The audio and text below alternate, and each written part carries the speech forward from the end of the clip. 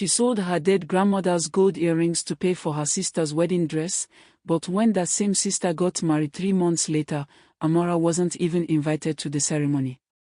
Instead, she found out about the lavish celebration through photos on social media, watching 300 strangers celebrate while she sat alone in her tiny room, wondering how 16 years of sacrifice had led to this moment of complete betrayal. But let me take you back to where this heartbreaking story began, because what Amara did for her family will leave you speechless. Before diving into this story, don't forget to subscribe to the channel and turn on the notification bell to stay updated with more inspiring African stories that will change how you see life. It was a rainy Thursday morning when everything changed for 16-year-old Amara. She was sitting in her mathematics class, solving equations and dreaming about her future as a doctor, when the school principal walked in with tears in her eyes. "Amara," the principal said softly, "you need to come with me. Your father, there's been an accident." The words hit Amara like a thunderbolt. Her father, Papa Emeka, was the strongest man she knew. He worked as a mechanic and always came home with oil-stained hands and the biggest smile for his 4 children. How could he be gone? At the hospital, Amara found her mother, Mama Nkechi, crying so hard her whole body was shaking. Little Chioma, only 5 years old, was confused and asking why Papa wasn't waking up. Ikin, 13, was trying to be strong but failing. Namdi, 11, was just staring at the wall like he couldn't believe what was happening. That day, their world collapsed. The funeral was small but painful. Papa Emeka had been loved by everyone in their community. People came with food, kind words, and small amounts of money to help the family. But after everyone left, reality hit them like a heavy stone. 2 weeks after the burial, Mama Nkechi called Amara into their small room. Their house was tiny, just 2 rooms for 6 people. Now they were 5, but somehow the space felt even smaller without Papa's laughter filling it. "My daughter," Mama Nkechi said, her voice breaking with every word. "I don't know how to tell you this, but we are in serious trouble." Amara sat down on the mat, her heart already racing. She could see the fear in her mother's eyes, the way her hands trembled as she spoke. "The small money your father left is finished. I've been counting and recounting, but it's not enough. School fees for 4 children. I sell fruit at the motor park, but the money barely feeds us. I don't know what to do." Amara looked around the room. Her WAEC examination was just 2 months away. She had been preparing for 3 years to write this exam that would take her to university. Her teachers always said she was the brightest student they had ever taught. She wanted to study medicine, to build a big hospital, to make her family proud. But as she looked at her mother's tired face, at little Chioma sleeping peacefully on the mat, at her brothers who would need to continue their education, Amara felt something break inside her chest. "How much do we need?" she asked quietly. Mama Nkechi began crying again. "Too much, my daughter. Too much. If I focus on paying for just 3 of you, maybe I can manage. But 4, it's impossible." The room went silent except for Mama Nkechi's quiet sobbing. Then Amara spoke words that would change her life forever. "Mama, don't cry. I will leave school. Let my younger ones continue. I am the oldest. I will help you." "No!" Mama Nkechi shouted, jumping up from where she was sitting. "No, my daughter. You are too brilliant. You cannot waste your brain like this. Find another way." But Amara's mind was already made up. She looked at her sleeping siblings and felt a strange peace wash over her. "Mama, when they finish school and get good jobs, they will help me go back to school. It's not the end of the world. Family comes first." Mama Nkechi cried until her eyes were swollen shut. She begged Amara to reconsider. She suggested they ask relatives for help, take loans, even move to a smaller house. But Amara was stubborn. "I've made my decision, Mama. Tomorrow I will go and tell my teachers." The next morning, Amara walked into her school for what would be the last time as a student. Her class teacher, Mrs. Edeora, almost fainted when Amara explained the situation. "Amara, you are the best student in this entire school. You scored the highest marks in every subject. Please, let us help you find scholarships, let us ask the church." "No, Ma," Amara said firmly. "My family needs me. School will always be here, but my siblings need education now." Her best friend Mary cried so hard she gave herself hiccups. "Amara, this is wrong. You're destroying your future." But Amara had made peace with her sacrifice. She went home, sold her school textbooks, and used the money to buy ingredients for baking. The next week, she started learning how to bake bread from Mama Bose, an old woman who lived 3 streets away. Every morning at 4 a.m., while the rest of the world slept, Amara would walk through dark, empty streets to learn how to knead dough and light firewood. By 7 a.m., she would rush home to prepare breakfast for her siblings and get them ready for the school she would never see again. Then she would join Mom and Kechi at the motor park, selling oranges and bananas under the scorching sun until evening. Life became a routine of work, work, and more work. But whenever Amara felt sad about her situation, she would look at her siblings' happy faces as they talked about school, and she would smile. She had no idea that this sacrifice would lead to the most shocking betrayal of her life. 16 years. That's how long Amara poured her life into other people's dreams while her own died a slow, painful death. Every morning started the same way: 4 a.m. alarm, cold water on her face, and straight to Mama Boza's kitchen to bake bread. Her hands became rough and scarred from hot ovens and sharp knives. Her back ached from bending over dough for hours. But Amara never complained. By the time her siblings were getting ready for school, she had already worked for 3 hours. She would prepare their breakfast, iron their uniforms, and give them pocket money from her small profits. They would leave for school chatting and laughing while Amara tied her head wrap and headed to the motor park. The motor park was held during dry season and was during rainy season. Under the scorching sun, Amara would sit beside Mama Nechi, calling out sweet oranges, fresh bananas, until her voice became hoarse. When it rained, they would huddle under a small zinc roof, watching their fruits get wet and wondering how they would pay for the children's school fees that month. But Amara endured it all because she had a vision: her siblings would finish school, get good jobs, and then help her achieve her own dreams. She held on to this hope like a drowning person holds onto a rope. Years passed like a blur of exhaustion and small victories. Ikin finished secondary school and gained admission to study accounting at University of Lagos. The day the admission letter came, Amara cried tears of pure joy for 3 straight days. She worked extra shifts, baking cakes for rich people's parties and selling fruits even on Sundays, just to raise Ikin's first semester fees. "Sister Amara, thank you," Ikin said the day before leaving for university. "I promise I will make you proud. When I finish school and get a good job, I will pay you back everything." Those words filled Amara's heart with so much happiness she forgot how tired she was. Then came Namdi's turn. He wanted to study petroleum engineering, an expensive course that would cost almost double what they had paid for Ikin. Without hesitation, Amara sold her most precious possession, the gold earrings her grandmother had given her before dying. "These earrings are the only thing I have left of Grandmama," she told Mom and Kechi as she carefully removed them. "But education is more important than gold. Namdi's future is worth more than my memories." Mom and Kechi wept as she watched her daughter sacrifice yet another piece of herself for the family. The most heartbreaking part was watching potential husbands come and go.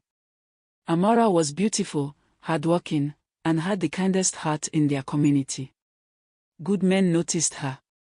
Mr. Paul, a teacher from the secondary school, came to ask for her hand in marriage 3 different times.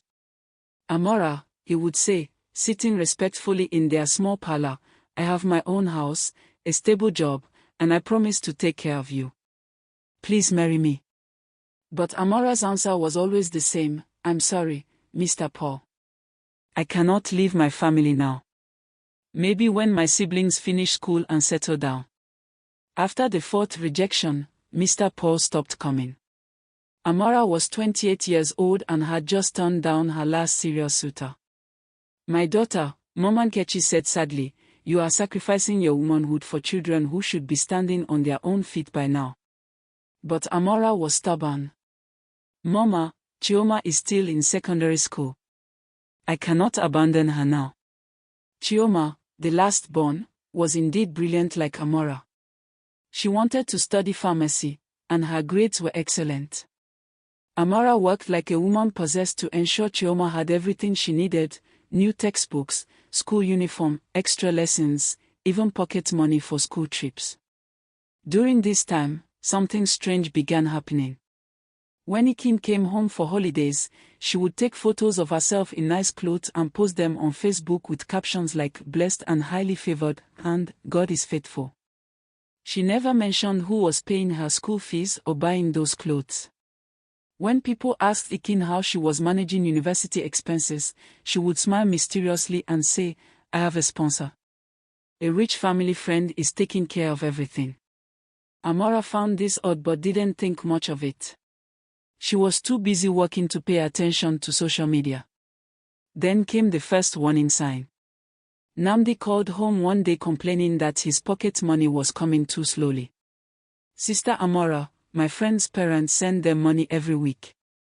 Why do I have to wait until month end for my allowance? It's embarrassing." Amara, who had been saving every penny for 2 weeks to send him that money, felt hurt but tried to explain. "Namdi, you know business is slow this month. I will try to send money more frequently. Just try harder," he said and cut the call without even asking about Mama Nkechi's health. Amara stared at the phone, confused. When did her sweet little brother become so demanding? But the real shock came during Chioma's final year in secondary school. Amara had saved money to buy her a new phone for her birthday. It wasn't expensive, just a simple smartphone that would help with her studies. When Amara proudly presented the gift, Chioma looked at it with disgust. "Sister, this phone is outdated. My classmates will laugh at me. Can't you buy something better?" Amara felt like someone had slapped her across the face. "Chioma, this phone cost me 3 months of savings. It has internet, camera, everything you need." "Whatever," Chioma said, collecting the phone reluctantly. "I suppose it's better than nothing." That night, Amara lay on her mat wondering when her siblings had become strangers. But she brushed off her concerns, telling herself they were just young and would understand her sacrifices when they got older. She had no idea how wrong she was. By the time Amara turned 32, all 3 siblings had graduated from university. Ikin got a good job in a bank in Lagos. Namdi became an engineer in an oil company in Port Harcourt. Chioma was working as a pharmacist in a private hospital. Amara was so proud she threw a small party with their neighbors to celebrate. "My siblings are now graduates," she announced happily. All the suffering was worth it. She expected things to change now. Maybe they would help her start a big bakery. Maybe she could finally go back to school. Maybe she could even think about getting married and having her own children. After 16 years of sacrifice, Amara thought her time had finally come. She was about to discover just how naive she had been. What happened next didn't just break Amara's heart, it nearly destroyed her faith in humanity completely. 3 months after celebrating her siblings' graduation, Amara received a phone call that changed everything. It was her friend Blessing, who worked as a hairdresser in Lagos. "Amara, I need to ask you something," Blessing said, her voice sounding strange. "Is Ikin your sister getting married?" Amara almost dropped the phone. "Married? What are you talking about? Ikin didn't tell me about any marriage." There was silence on the other end. Then Blessing said slowly, "Amara, I'm looking at wedding invitation cards right now. Beautiful, expensive cards. The wedding is this Saturday at Oriental Hotel in Lagos. How come you don't know? Amora's hand started shaking. Blessing, you must be mistaken. My sister would never get married without telling me. I raised that girl. I sacrificed my own marriage chances for her. There must be some confusion. But Blessing insisted. She even took photos of the invitation and sent them to Amora's phone.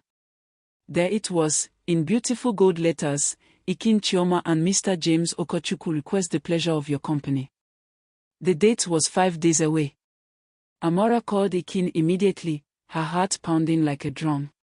Sister Amara. Ikin's voice was cheerful, as if nothing was wrong. How are you? How is Mama? Ikin, I just heard about your wedding. What is happening? Why didn't you tell me? There was a pause. Then Ikin's voice became cold, a tone Amara had never heard from her before. Oh, that. Sister Amara, it's just a small court wedding. Nothing big. Don't bother yourself coming to Lagos. It would be too stressful for you. Amara felt like the ground was moving under her feet. Small court wedding. Ikin, what are you saying? This is your wedding. I'm your sister. I raised you. Look, Amara, Ikin said, and her voice was now harsh. To be honest, I didn't invite you because, well, you know you don't have fine clothes or shoes. All my husband's family members are educated, rich people. I didn't want you to feel embarrassed. I was protecting you. Those words stabbed Amara in the chest like a sharp knife. Protecting her. After 16 years of sacrifice, her own sister was ashamed of her. Ikin, how can you say this to me? I sold my grandmother's earrings to pay your school fees. I gave up my own marriage so you could have education. And now you're ashamed of me. That's the past, Amara. I've moved on. I'm building a new life now. Please understand. The line went dead. Ikin had hung up on her. Amara sat in her small room, staring at the phone, unable to believe what had just happened. Mama Nkechi found her there 3 hours later, still sitting in the same position. My daughter, what is wrong? You look like you've seen a ghost. When Amara told her mother what happened, Mama Nkechi became so angry she started pacing around the room. After everything you did for that girl. After all the sacrifices. She is ashamed of you. The same you who worked like a slave so she could go to university. 3 days later, Blessing sent more photos. Ikin's wedding was the talk of Lagos. Over 300 guests, live musicians, a cake that was taller than a man, fireworks, and expensive decorations. The newspaper society pages called it the wedding of the year. Amara stared at the photos, seeing her sister dancing happily in a wedding dress that cost more than Amara earned in 6 months. Not one single photo showed any family member from their village. It was as if Amara, Mama Nkechi, and the rest of their family had never existed. But this was only the beginning of the nightmare. 2 months later, Nnamdi called with exciting news. He had gotten a promotion at his oil company and was moving to a bigger apartment in Port Harcourt. He had also bought his first car. Sister Amara, guess what? I just bought a Honda. Can you believe it? Your small brother now has his own car. Amara was genuinely happy for him. Congratulations, Nnamdi. I'm so proud of you. Listen, I need to tell you something important. The roof of Mama's room is leaking badly. When it rains, water pours inside and we have to put buckets everywhere.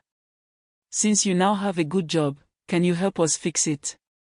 The carpenter said it will cost about 50,000 naira. Nnamdi's excitement disappeared immediately. 50,000. Amara, are you crazy? I just bought a car. I have expenses. You people should manage for now. When I settle down properly in my new apartment, maybe I will help. But not now. But Nnamdi, Mama is getting old. She might get sick from sleeping in a wet room. I beg, I have to go. I'm meeting friends for drinks. We'll talk later. He cut the call. Amara called back several times, but Namdi ignored her calls. When she finally reached him a week later, he was irritated. Amara, stop calling me every day about this roof issue. I said I will help when I can. Don't pressure me. Months passed. The roof got worse. During heavy rains, their room became flooded. Mama Nkechi developed a persistent cough from sleeping in the damp conditions. But every time Amara called Namdi, he had an excuse. I'm traveling for work conferences. My car needs repairs. My girlfriend's birthday is coming up. Always something more important than his own family. Then came the day that broke Amara completely. It was a Thursday morning when Mama Nkechi collapsed in the kitchen. Amara found her unconscious on the floor and screamed for help.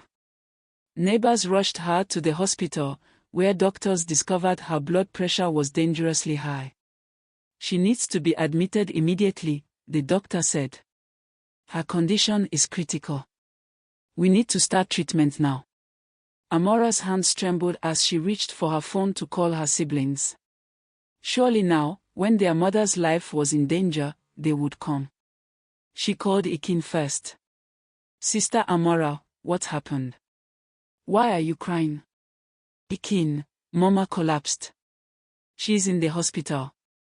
Her blood pressure is very high. The doctors say it's critical. Please come home now. There was a pause. Then Ikin said casually, oh dear. This weekend is my mother-in-law's 60th birthday party. We've been planning it for months. I can't leave Lagos now. Just take Mama to the general hospital. I will send money for treatment.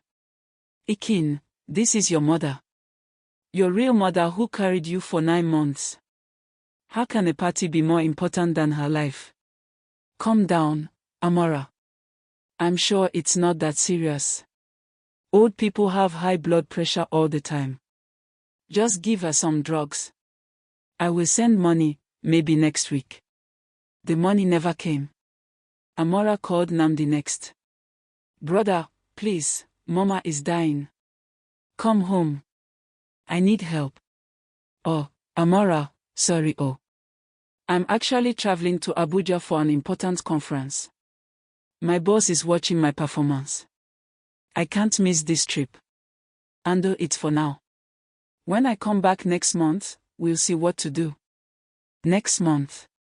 Namdi, Mama might die today. How can you travel when your mother is dying? Don't be dramatic. Mama is a strong woman. She'll be fine. I have to go. My flight is boarding. With shaking fingers, Amara called Chioma. Surely Chioma, who worked as a pharmacist, would understand the gravity of the situation. The phone rang and rang. No answer. She called again. Still no answer. For 2 days, Chioma didn't pick up any of Amara's calls. Amara was alone in the hospital, watching her mother fight for her life, with no help from the 3 people she had sacrificed everything for. The hospital bills were piling up. Amara sold her small baking equipment, the only source of income she had, to pay for Mama Nkechi's treatment. She slept on the hospital floor for 2 weeks, eating 1 meal a day to save money for medicines. It was during the 2nd week that Amara discovered something that shattered her soul completely. A young nurse named Faith approached her in the hospital corridor. Excuse me, are you Mama Nkechi's daughter? Yes, I am. Faith looked uncomfortable. I need to tell you something. There's a pharmacist who works in this hospital, her name is Chioma. She looks exactly like you. Same face, same height. Is she your relative?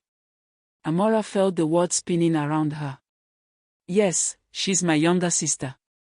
Faith shook her head sadly. I'm so sorry. For the past 2 weeks, whenever she sees you in the corridor, she quickly turns and goes the other direction. Yesterday, I asked her why she doesn't greet you, and she said she doesn't know any Amara and that you must have mistaken her for someone else. Amara couldn't breathe. Her own sister, who worked in the same hospital where their mother was dying, had been deliberately avoiding them. Chioma was not ignoring Amara's calls because she was busy at work, she was ignoring them because she didn't want to get involved. That night, Amara sat in the hospital corridor and cried until she had no more tears left. Mama Nkechi had recovered enough to go home, but Amara's spirit was completely broken. "My daughter," Mama Nkechi said weakly as they sat in their leaking room after returning from the hospital, "you sacrificed your life for strangers. You gave birth to them, raised them, educated them, and now they treat you like trash. I wish I had died in that hospital so I wouldn't have to see this heartbreak." Amara couldn't even cry anymore. She felt empty, hollow, like someone had scooped out her heart and left a gaping hole in her chest. At 32 years old, she had no education, no husband, no children, no savings, no business, and no family who cared about her. She had poured her entire life into other people's dreams and had nothing left for herself.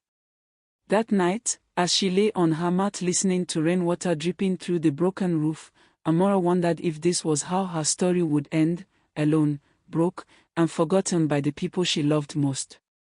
She had no idea that the universe was about to show her that sometimes, the darkest night comes just before the most beautiful sunrise. For months after the hospital incident, when Amara thought her life couldn't get any worse, something happened that changed everything forever. It was a Saturday afternoon, and Amara was at the main market buying ingredients to start baking again. She had managed to save enough money to buy a small gas cooker and some baking pans. Life had to continue, even if her heart was broken. As she walked across the busy road carrying her shopping bags, she heard a sound that made her blood freeze, the screech of brakes failing and people screaming. A big bus had lost control and was heading straight toward a small girl who was standing in the middle of the road, frozen with fear. The child couldn't have been more than 6 years old, wearing a beautiful pink dress and holding a balloon. Without thinking, Amara dropped her bags and ran into the road. She grabbed the little girl and pushed her to safety, but the bus hit Amara instead, sending her flying several meters across the pavement. Everything went black. When Amara opened her eyes 3 days later, she was in a hospital bed she didn't recognize. This wasn't the general hospital where Mama Nkechi had been treated. This place looked expensive, with clean walls, air conditioning, and modern equipment. Sitting beside her bed was a man she had never seen before. He was well-dressed, probably in his 40s, with kind eyes that were red from crying. "Thank God you're awake," he said, standing up quickly. "How are you feeling? Should I call the doctor?" Amara tried to speak but her throat was dry. The man immediately gave her water to drink. Who are you?" she finally managed to ask. The man's eyes filled with tears again. "My name is Chukwudi. The little girl you saved, she's my daughter, Adoko. You saved her life." Memories came flooding back. The bus, the little girl, the impact. "Is she okay? Did she get hurt?" Mr. Chukwudi started crying openly now. "She's perfectly fine because of you. You threw yourself in front of a bus to save a stranger's child. Do you know what you did for me? My wife died when Adoko was born. That little girl is everything I have in this world. If anything had happened to her." For the next few weeks, Mr. Chukwudi visited Amara every single day. He paid all her hospital bills, brought her food, fruits, and books. He would sit and talk with her for hours, asking about her life, her dreams, her family. It was during one of these conversations that Mama Nkechi told him the whole story, how Amara had sacrificed her education, her youth, her chance at marriage, everything for siblings who now treated her like a stranger. Mr. Chukwudi listened quietly, his face becoming more amazed with every detail. "You mean to tell me," he said slowly, "that this woman gave up university admission to send 3 people to school, and now those same people won't even help fix their mother's roof?" "That's exactly what happened," Mama Nkechi confirmed. My daughter destroyed her own life to build theirs, and they abandoned her. Mr. Chukwudi was quiet for a long time. Then he said something that shocked both women. Amara, I have been praying for a woman like you for 5 years. Not because you are beautiful, even though you are. Not because you are educated, even though your wisdom shines through every conversation we have. But because your heart is pure gold. Amara stared at him, confused. I need a mother for my daughter and a wife for myself. I need someone who understands sacrifice, someone who puts family first, someone with a servant's heart but a warrior's strength. You saved my child's life without knowing who we were. That tells me everything about your character. Amara couldn't speak. I know this is sudden, but I'm not a young man who has time to waste. I want to marry you. I want to take care of you the way you took care of everyone else. Please, give me a chance to show you what real family love looks like. 6 months later, Amara walked down the aisle in the most beautiful wedding their town had ever seen. Mr. Chukwudi had insisted on a big celebration, not to show off, but to honor the woman who had spent her entire adult life in the shadows. He built a brand new 3-bedroom house for Mama Nkechi with a solid roof, modern kitchen, and running water. He also set up a large, fully equipped bakery for Amara, even though she didn't need to work anymore. Amara moved into Mr. Chukwudi's mansion and became an instant mother to little Adoko, who loved her more than anything in the world. Her husband treated her like the queen she had always deserved to be. He would cook for her on weekends, wash her feet after long days, and constantly tell her how grateful he was that God had brought her into their lives. You spent 16 years serving others, he would tell her. Now it's your turn to be served. For the first time since her father died, Amara was truly, completely happy. But 2 years into this beautiful new life, her past came knocking. One Sunday morning, as Amara was teaching Adoko how to braid hair, their gateman announced visitors. 3 familiar faces walked into her beautiful living room, looking desperate and ashamed. Ikin came first, carrying 2 old suitcases and tears streaming down her face. Her marriage had collapsed when her husband discovered she had been lying about her family background. He had divorced her and thrown her out with nothing. Sister Amara, please forgive me. I was foolish. I was ungrateful. Please let me stay with you. I have nowhere else to go. Before Amara could respond, Namdi appeared behind Ikin. He had lost his job after his company discovered he had been stealing money. He was broke and facing possible prison time. Amara, I'm sorry for everything. Please, just help me this one time. Talk to your husband. Maybe he can give me a job. Then Chukwudi walked in, heavily pregnant and sobbing. She had gotten involved with a married man who denied the pregnancy. She had been fired from the hospital for unprofessional conduct and had been living in a 1-room apartment. All 3 of them, the people who had been too busy to help when Mama Nkechi was dying, were now begging the sister they had abandoned. Mama Nkechi, who was visiting for the weekend, was furious. Drive them away. After everything they did to you. But Amara was calm. Surprisingly calm. Mr. Chukwudi stood beside her, ready to support whatever decision she made. Little Adoko held her hand, confused by all the crying adults. Amara looked at each of her siblings for a long moment. Then she spoke. Do you remember when Mama was dying in the hospital and I called all of you? They hung their heads in shame. Do you remember telling me I was too local for your wedding, Ikin? Ikin was sobbing uncontrollably now. Do you remember pretending not to know me in the hospital where you work, Chioma? Chioma couldn't even look up. Amara took a deep breath. I forgive you. All of you. I forgive you because I choose peace over bitterness. I forgive you because that's what good people do. They rushed forward to hug her, thinking they were saved. But Amara raised her hand to stop them. However, she continued, and her voice was like steel, forgiveness does not mean foolishness. I forgive you, but I will never forget. You are my blood, but you are strangers to my heart now. She reached into her purse and gave each of them an envelope containing 5 million naira, more money than they had ever given her. This is to help you start your lives again. Not because you deserve it, but because I am not like you. After today, don't come to my house again unless someone is dying. I have finally learned that you cannot pour from an empty cup, and you drained me dry for too many years. Mr. Chukudi squeezed her hand, so proud of her strength. 3 years later, Amara gave birth to twins, a boy and a girl. Her joy was complete. At the naming ceremony, she stood up to give a speech that would later go viral on social media. I want to thank everyone here. I want to thank my husband for showing me that good men still exist.